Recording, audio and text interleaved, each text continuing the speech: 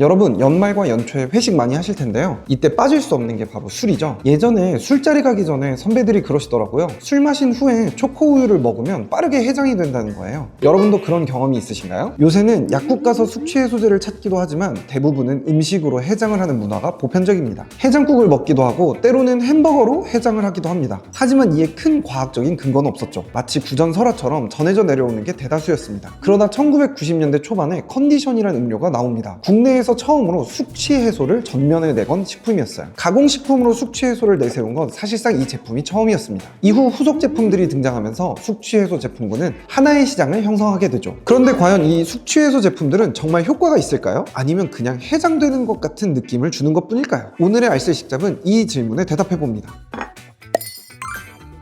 우리나라는 식품을 건강기능식품과 일반식품으로 나눕니다. 건강기능식품은 과학적으로 증명된 몸의 기능을 올려주는 식품들을 얘기하죠. 대표적으로 홍삼이나 비타민제가 여기 들어갑니다. 그러면 숙취해소 식품은 건강기능식품일까요? 답은 아니요입니다. 숙취해소 식품은 대부분 일반식품에 들어갑니다. 한마디로 규격상 컨디션이나 콜라나 같은 군에 들어간다는 이야기입니다. 그래서 지금까지는 숙취해소 효과에 대해 굳이 입증할 필요가 없었습니다. 콜라 회사가 콜라가 몸에 좋은지에 대해서 입증할 필요가 없잖아요. 그냥 맛있으면 먹는 거지. 숙취해소 식품도 사실상 마찬가지였던 거죠. 숙취를 위해서 소비자가 먹더라도 사실 그 느낌만 받으면 되는 거지 만드는 회사가 굳이 그 기능이 있는지를 검증받을 필요는 없었던 겁니다. 그래서 숙취해소 식품을 파는 곳은 숙취해소에 좋은 술이 확 깨는 등의 문구를 사용할 수 있었습니다. 물론 너무 과하면 광고표시법에 의해 제재를 받았지만요. 이 제품이 정말 숙취에 효과가 있는지 사람한테 시험해서 증명해라 라는 수준까지는 아니었던 거죠. 그러다 식약처가 2020년에 새로운 제도를 하나 만들었습니다. 바로 일반인 식품 기능성 표시제라는 거예요. 건강기능식품이 아니어도 과학적 근거만 제대로 갖추면 일반 식품도 기능성을 표시할 수 있게 해준다는 내용이었죠.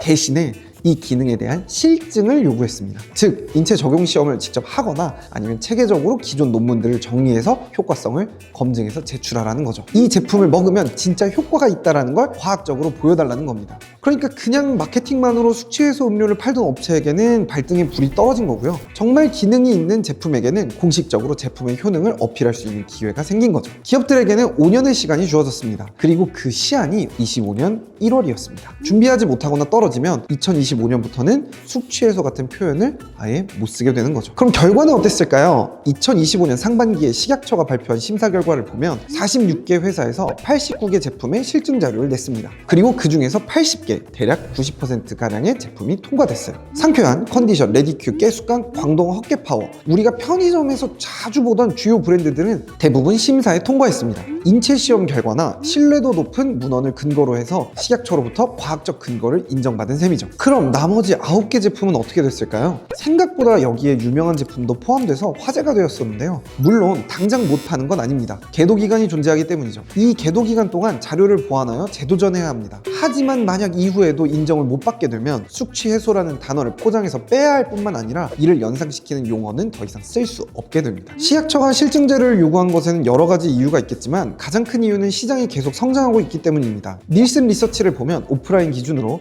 숙취해소제 판매액이 2019년에 약 2,600억 원 정도였어요. 근데 그게 2023년에는 약 3,500억 원까지 치솟습니다. 3년 만에 30% 가까이 성장한 거죠. 재밌는 건 MZ세대의 술 수요 감소로 인해서 주류 제품군의 매출은 지지부진한 상황이라는 겁니다. 같은 기간에 소주는 출고량도 줄고 소매시장 매출도 줄었거든요. 주류 매출과 숙취해소 식품의 매출은 같이 갈 거라고 생각했지만 오히려 반대의 흐름을 보이고 있는 거죠. 바꿔 말하면 숙취해소 식품만으로 시장을 구성할 수 있음을 증명한 셈입니다. 또 해외 시장의 규모도 급격히 커지고 있기 때문에 앞으로 숙취해소 효과가 입증된 식품들이 우리나라 시장뿐만이 아니라 해외로도 활발히 진출하는 계기를 마련할 수 있을 것으로 보여요. 자, 그러면 맨 처음의 질문으로 돌아가 보겠습니다. 숙취해소 식품은 정말 숙취해소 효과가 있을까? 최소 2025년 이후로 매대에 올라가 있는 제품은 그렇다고 볼 수 있겠네요. 여러분들께서 가장 자주 드시는 숙취해소 식품이 있다면 댓글로 여러분의 경험을 남겨주시고요. 그리고 이번에 나온 숙취해소 제품처럼 식품의 규격에 대해서 궁금하신 분들은 저희 정보원에서 실전 사례로 배우는